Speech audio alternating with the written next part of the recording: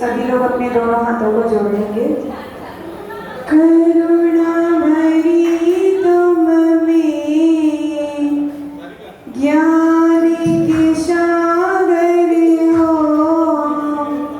उपसर्ग विजेता तुम, वात्सल्य दिवाकर हो, धर्म के रक्षक हो, करुणा निधान हो, देख के लगता है आप ही भगवान हो। ओ गुरुदेव तुमको नमन, तुमको नमन।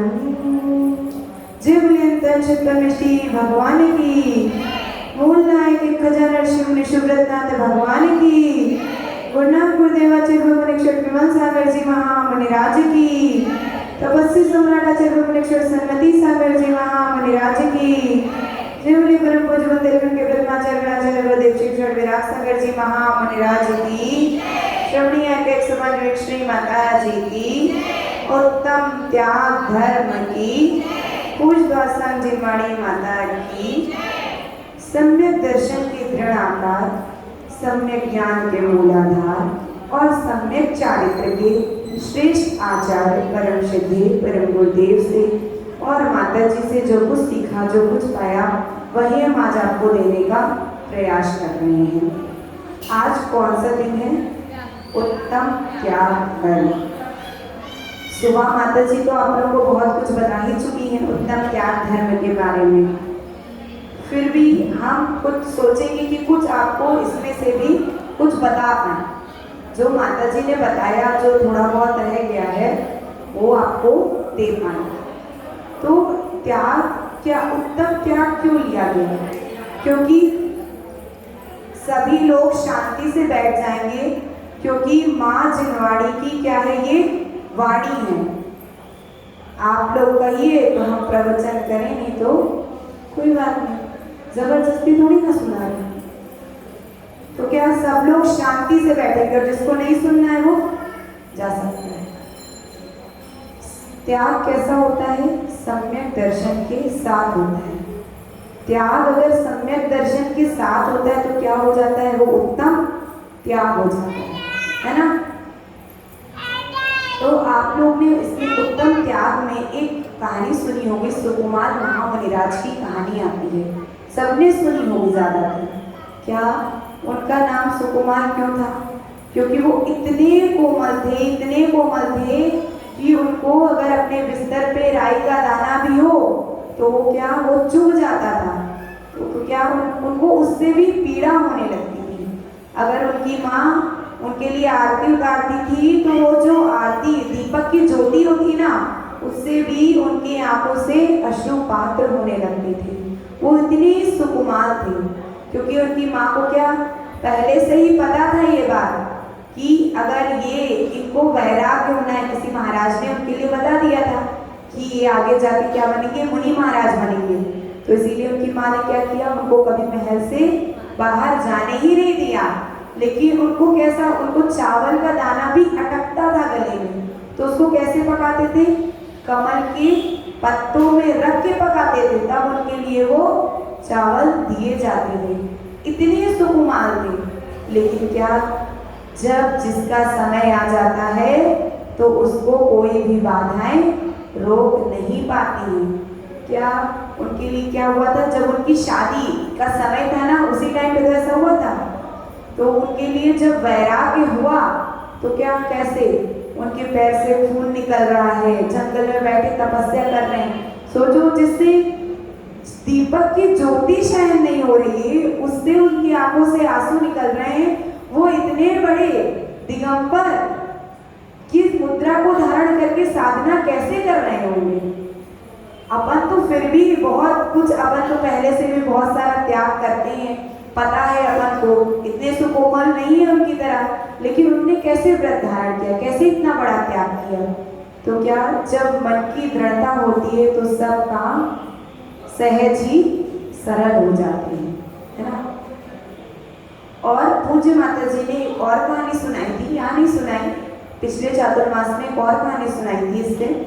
क्या एक मतलब एक लड़का था ऐसे ही और उसकी माँ थी, तो वो बाहर गाँव जा रहा था, तो उसकी माँ ने क्या बोला कि थोड़ा दाल और चावल ले जाओ, कच्चा दाल चावल ले जाओ, तो इसको तुम रास्ते में बनाकर खा लेना, जब भी भूख लगे, कुछ नहीं मिले तो इसको बनाकर खा लेना।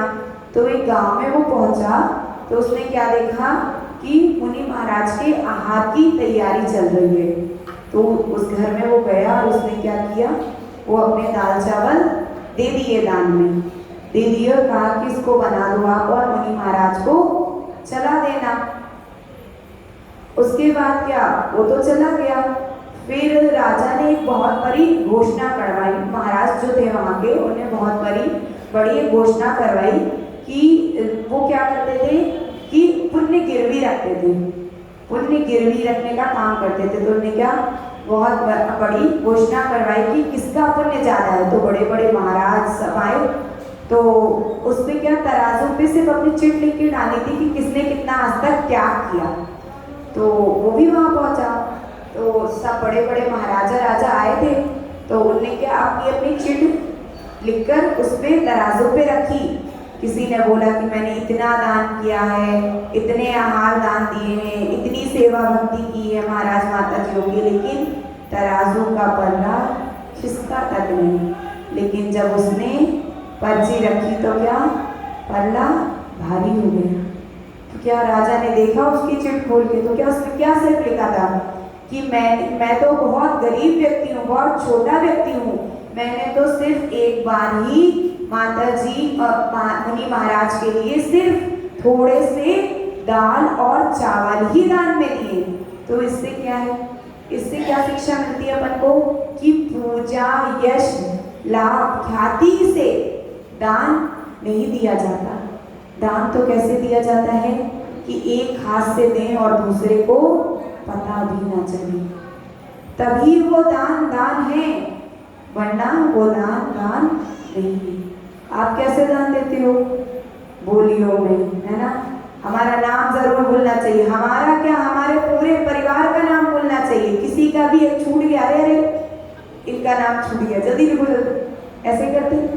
लेकिन क्या कहा गया, बड़े बड़े आचार्यों ने क्या कहा, दान इस हाथ से दो तो इस हाथ को भी नहीं पता चलना चाहिए कि आपने दान किया है, तो ही क्या है वो उत्तम श्रेष्ठ ज्ञान है, त्याग है उत्तम, है ना। लेकिन आजकल का समय तो बहुत विचित्र है, लोग थोड़ा भी दान करते हैं तो उसमें क्या पूरे परिवार और पूरे परिवार का नाम हो तो पूरे खानदान का नाम लिख दो। अगर गलती से किसी ने कुछ दान दिया और पट्टी पर उनका नाम नहीं लिख पाया तो समाज में कितने झगड़े हो जाते हैं, सिर्फ इसी के कारण कि हमारा नाम क्यों नहीं दिया, हमने इतना दान किया है। तो अपन को ऐसा नहीं करना चाहिए। दान तो किस लिए दे रहे हैं अपन, किस लिए दे रहे हैं अपन दान, पूजा या श्राद्ध ख्याति के लिए दे रहे हैं क्या, इसलिए तो दे ही रहे। अपने पुण्य, अपने अपन ने जितने पाप किए हैं उनसे बचने के लिए दान दिए, क्योंकि दान तो हमेशा पाप से ही कमाते हो आप लोग, पुण्य से तो कमाते नहीं। पाप के कार्य करते हो तभी तो वो दान आता है, तो उसको क्या अपना पुण्य संचय, पुण्य की क्रिया में कुछ दे दें, इसलिए तो दान दिया जाता है ना। तो आचार्य विमल सागर जी पता है क्या बोलते थे, पाव भर आटे में भी मोक्ष मिलता है। क्या बोलते थे, पाव भर आटे में भी मोक्ष मिलता है। क्योंकि कैसे कैसे ये बात घटित होती है, तो क्या आप चौका लगाते हो ना, और माता जी महाराज जी कितनी रोटी खाते होंगे, 1 2 3 ज्यादा से ज्यादा, है ना। तो क्या उसको भी अगर आपने भावपूर्वक दिया है तो भी वो क्या श्रेष्ठ दान है, तो उससे भी क्या आपको मोक्ष पद की प्राप्ति हो सकती है, क्योंकि वो संस्कार आगे आपके साथ जाएंगे। तो क्या आपकी परिणति पे थोड़ा थोड़ा तो चेंज आएगा। तो क्या बोलते थे कि पाव भर आटे से भी मोक्ष मिल सकता है। और हिंदू शास्त्रों में क्या बात लिखी है, लौकिक उससे बता रहे हैं हम कि पहले क्या कहते थे कि सतयुग था, पहले क्या था, सतयुग था तो उसमें राजा महाराजा जो होते थे वो देखते थे कि हमारी प्रजा में जो गरीब है, तो क्या वो रात के समय जाते थे और देखते थे कि बहुत गरीब है, इनके घर में खाने के लिए कुछ नहीं है, ऐसा नहीं, तो क्या धीरे से उनके घर के बाहर थोड़ा बहुत कुछ ऐसा रख देते थे, दान दे देते थे। लेकिन फिर क्या आया, त्रेता युग आया। उसमें क्या हुआ, राजा क्या जो मांगता था, कोई आया राजा के दरबार में और बोला कि हमारे यहाँ ऐसी प्रॉब्लम है कुछ, तो उसको दान दिया जाता था। फिर कौन सा युग आया, द्वापर युग आया, जिसमें क्या लोग घर घर जाकर के प्रार्थना करते थे कि भैया नहीं है हमारे पास इतना, हमारी इतनी सामर्थ्य नहीं है, तो हमारे लिए कुछ दे दीजिए। और अब तो क्या आ गया है, कलयुग। कलयुग में तो क्या है, लोग सेवा भी करा लेते हैं, सब कुछ करा लेते हैं, लेकिन दान देने के नाम पर कुछ नहीं देते। आप लोग बड़े बड़े मॉल्स में तो जाते ही होंगे, जाते हो ना, उस पे टैग पे जो प्राइस लिखा है उसमें क्या कुछ भी चीची पीपी नहीं करते, वो सेम प्राइस पे करके आते हो। लेकिन कोई ऐसे ही नॉर्मल शॉप्स हो, वहां से कुछ खरीदते, या रिक्शे वाले के साथ आते हो तो क्या वो 20 रुपए भी मांगते, तो क्या कहते हो, भैया भी तो 10 ही रुपए हुए या 10 रुपए। और मॉल में जाके क्या आपको पता है कि वो सामग्री 200 की नहीं 100 रुपए की है, लेकिन फिर भी क्या उसका इजिली पेमेंट करके आते हो, उसमें आपको कोई प्रॉब्लम नहीं होती। लेकिन जो गरीब व्यक्ति है, जो नहीं है जिसके पास कुछ, उससे क्या पैसे कम करवाते हो। तो ये एक प्रकार का क्या है, करुणा दान। करुणा दान भी तो है ना, एक प्रकार का त्याग है ना। और फिर क्या, एक अम्मा थी, तो अम्मा ने क्या किया कि ऐसे ही वो शुद्ध भोजन करती थी। अपने शास्त्र में कहानी आती है, अम्मा थी तो शुद्ध भोजन करती थी, तो उन्होंने क्या एक दिन लपटा और चावल बनाए। क्या बनाए, लपटा और चावल, बेसन चावल, जिसके आपको महाराष्ट्र में क्या बोलते हैं, बेसन और चावल, बहुत फेवरेट है महाराष्ट्र में। तो आए दिन क्या, बेसन चावल, कुछ नहीं तो बेसन चावल।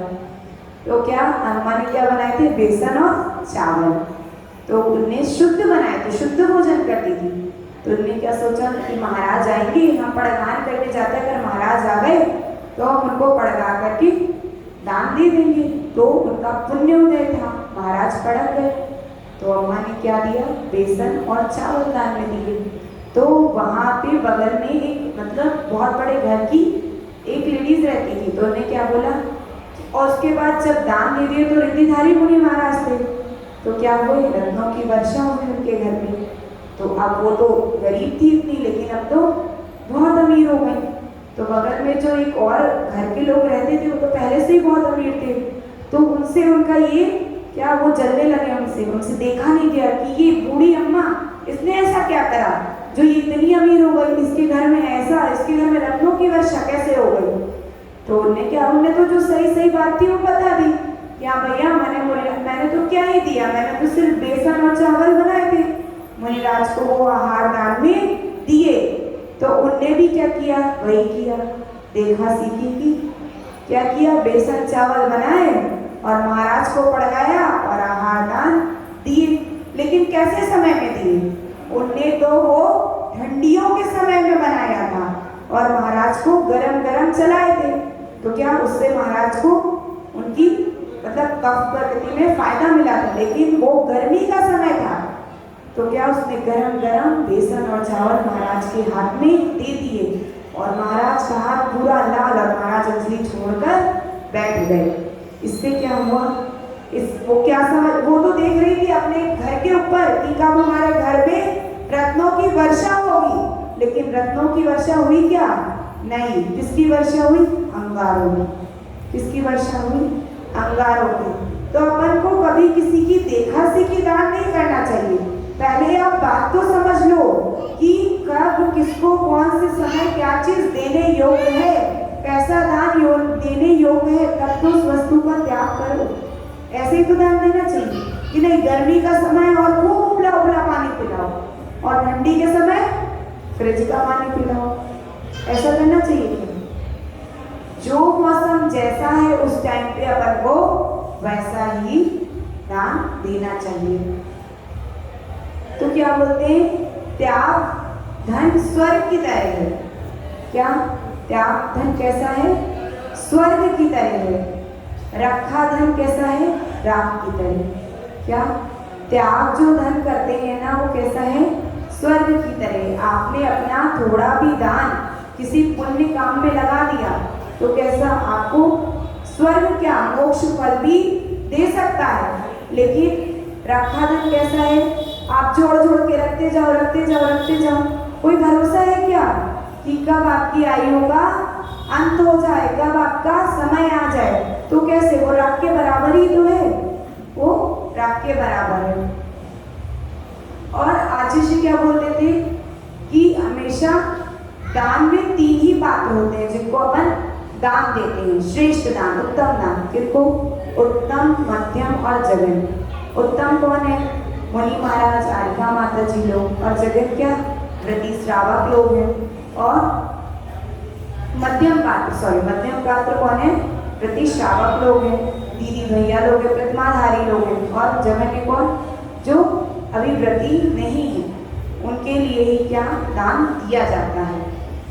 और अगर अपन आध्यात्मिक दृष्टि से देखें तो अपनी आत्मशुद्धि के उद्देश्य से जो अपने विकार गुण होते हैं ना, राग द्वेष रूप परिणाम होते हैं ना, उनको क्रोध मान माया लोग चाय कषाय होती है, तो अपन को क्या उनको आत्मा से दूर करने के लिए जो त्याग किया जाता है, जो भाव परिणाम रूप किए जाते हैं, वो भी क्या एक उत्तम त्याग है। ये तो सबसे बड़ा त्याग है। इससे क्या अपन को डायरेक्ट ही मोक्ष पद की सिद्धि होती है। लेकिन पंचम काल में ऐसा नहीं है। तो पंचम काल में ऐसा नहीं है तो त्याग करना ही नहीं चाहिए। क्यों माता जी महाराज जी बनते हैं? पंचम काल में तो मोक्ष होने वाला है नहीं, तो माता जी महाराज जी को कोई त्याग करना ही नहीं चाहिए, माता जी महाराज जी बनना नहीं चाहिए। लेकिन क्यों भैया? प्रैक्टिस अभी से करेंगे तभी तो वैसे अपने भाव रूप परिणाम हो पाएंगे, वरना हो पाएंगे क्या? नहीं हो पाएंगे। और क्या कहते हैं कि समय बहुत हो रहा है, आप लोगों के लिए गेम भी करनी है, ठीक है? थोड़ा सा और बस लास्ट। आचार्य पूज्यपाद महाराज क्या कहते हैं इसके उपदेश ग्रंथ में? क्या गाये श्रेयसी वित्तमवित्ता संचनोतिया स्वशरीरम सपंकेने स्नाशमिति विलिम्पति। क्या कह रहे हैं वहाँ पे आचार्य पूज्यपाद महाराज? क्या कह रहे हैं वहाँ पे?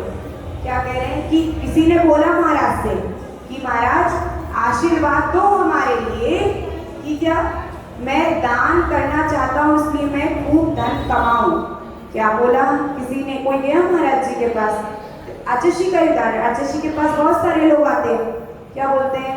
महाराज आचार्य आशीर्वाद दे दो कि मुझे दान करना है तो मैं खूब धन कमाऊं। तो आचार्य क्या बोलते हैं? नहीं भैया, दान के लिए क्या धन कमाना तो ऐसा है कि कोई कहता है स्नान करना तो है और कीचड़ लगा लेता हूँ। तो क्या मतलब क्या है इसका? कि दान वही जो आपने कमाया है उसी में से दान देना। क्या? जो आपने कमाया है, अगर आपके पास 4 रुपए हैं तो आपकी जितनी हैसियत है आप उतना ही उसमें से दान करो, वही श्रेष्ठ दान है। तो ऐसा अपन को समझना चाहिए। अपन ज्यादा त्याग नहीं कर सकते तो अपन को थोड़ा थोड़ा तो त्याग करना ही चाहिए। अपने पास जितना है उसमें से कम थोड़ा बहुत तो त्याग करना ही चाहिए। तो आज का उत्तम त्याग धर्म में क्या सिखलाता है कि अपन ज्यादा कुछ नहीं कर सकते लेकिन थोड़ा बहुत तो त्याग कर ही सकते हैं अपने जीवन में। सब चीज सिर्फ धन के इससे नहीं, राग द्वेष अपने परिणाम होते हैं, अपनी कषाय, सब चीज का क्या अपन को थोड़े थोड़े नियम धर्म तो करने ही चाहिए। जय बोलिए उत्तम त्याग धर्म की। परम पूज्य राष्ट्राचार्य गुरुदेव शिक्षक विराग सागर जी महामुनि राज की 3 बार जाप करेंगे अपन। ओम ह्रीम उत्तम त्याग धर्मंगाय नमः। ओम ह्रीम उत्तम त्याग धर्मंगाय नमः। ओम ह्रीम उत्तम त्याग धर्मंगाय नमः। जय बोलिए उत्तम त्याग धर्म की। परम पूज्य राष्ट्राचार्य गुरुदेव शिक्षक विराग सागर जी महामुनि राज की। श्रवणी यार के सुबह श्री माता जी की जय।